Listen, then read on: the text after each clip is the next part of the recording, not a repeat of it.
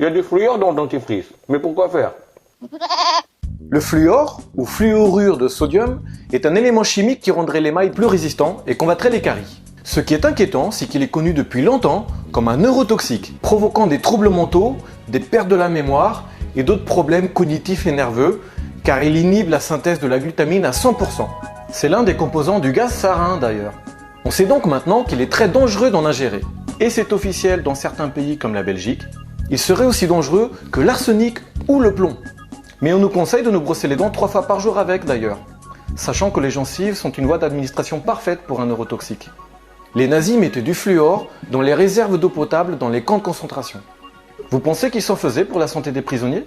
Le chimiste Charles Perkins a démontré que des doses répétées de fluor, en quantité même très minime, agiraient comme certains narcotiques en forçant à la soumission, une sorte de lobotomie légère.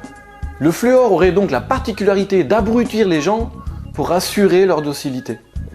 Merde, il y en a dans ma flotte aussi. Il faut savoir que le fluor n'existe pas à l'état pur dans la nature.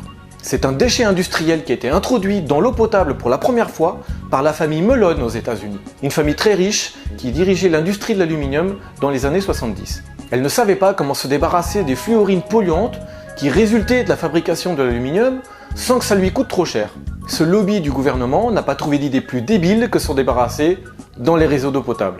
On pourrait imaginer que ça intéresserait aussi le gouvernement pour avoir un contrôle sur l'humain, mais soyons pas trop paranoïaques.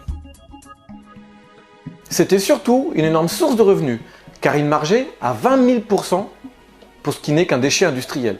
Le docteur en biochimie Hardy Lineback, chef du département de dentisterie préventive à l'Université de Toronto, détenteur aussi d'une maîtrise de sciences, déclara que les enfants de moins de 3 ans ne devraient jamais utiliser du dentifrice contenant du fluor, ni boire de l'eau fluorée, en bouteille ou du robinet, car l'eau du robinet contient très souvent aussi du fluor.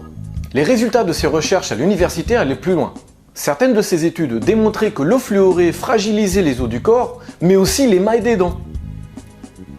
Bon, n'allez pas taper sur votre dentiste, ils ne font que répéter ce qu'on leur dit depuis 50 ans de désinformation. Ils sont bien intentionnés, mais ne sont pas formés en toxicité. Le docteur Hardy Lineback a lui aussi avoué avoir rendu en erreur tous ses collègues pendant plus de 15 ans. Il a refusé pendant des années de prendre connaissance des études de toxicologie, qui sont pourtant à la disposition de tout le monde. Mais bon, quand on ne sait pas, c'est qu'on ne veut pas savoir. Bref, sans rentrer dans des thèses complotistes, je pars du principe que si sur Terre on ne trouve pas de fluorure de sodium naturel à l'état pur, il n'y a pas de raison pour que j'en ingère. Je vous suggère d'acheter de l'eau ne contenant pas de fluor, lisez les étiquettes, il ne faut pas qu'il y ait ces mentions. Pour sa présence dans le dentifrice, il est possible, je dis bien possible, que le fluor combatte les caries. Mais il est aussi possible de se brosser les dents avec un dentifrice naturel et inoffensif. Vous les trouverez en magasin bio ou boutique diététique.